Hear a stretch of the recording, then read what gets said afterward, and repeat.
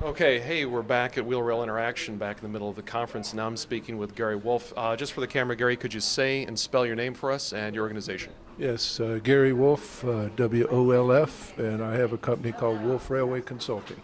So, Gary, you've been attending this conference for many, many years. When was your first one? I think 94, the first one. So you've been coming for almost 25 years.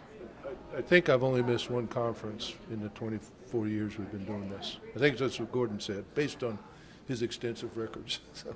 You know, we were just talking off camera a minute ago about the experience that attendees can get here, the world-class presenters, the amount of information, and the access to people who really know what they're talking about. Could you repeat a little bit of that for us? Yeah, today was the principal session of Basic Railway 101, and to see the kinds of people get up there that have 30, 40, close to 50 years of experience, and spending a lot of that time between the gauge of the track, walking out there and touching and feeling this stuff rather than just reading a textbook is invaluable to hear from these world-class presenters in one day, for them to explain these very common, I say common principles, very difficult principles, but relate them to you in a way that is understandable.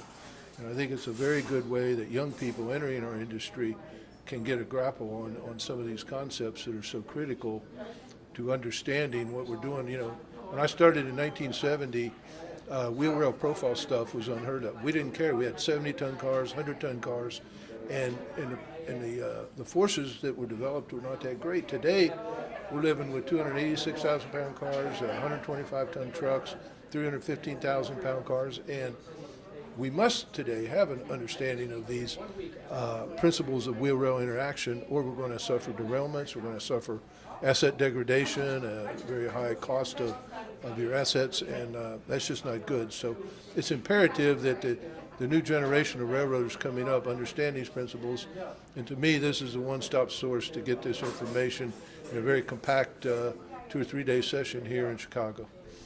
Gary, one last question. You get to talk to a lot of rail executives. You get to talk to a lot of professionals, and you know, this is a growing conference. How would you encourage those people to come? The executives? Is it? Executives and other professionals.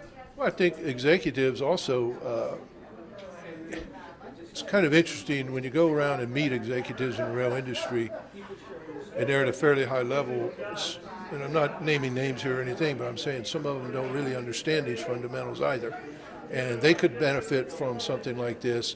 I do a lot of training on my own, especially in accident investigation, and I've had people come up to me and said, Gary, I've been railroading 35 years, and I never really understood what you just explained. I've heard about it, people talk about it, but now I understand it. And sometimes they're afraid to admit what they don't know. And so even an experienced executive could gain from this conference in addition to the young people. That's my opinion. Sounds good. Thank you very much. Thank you.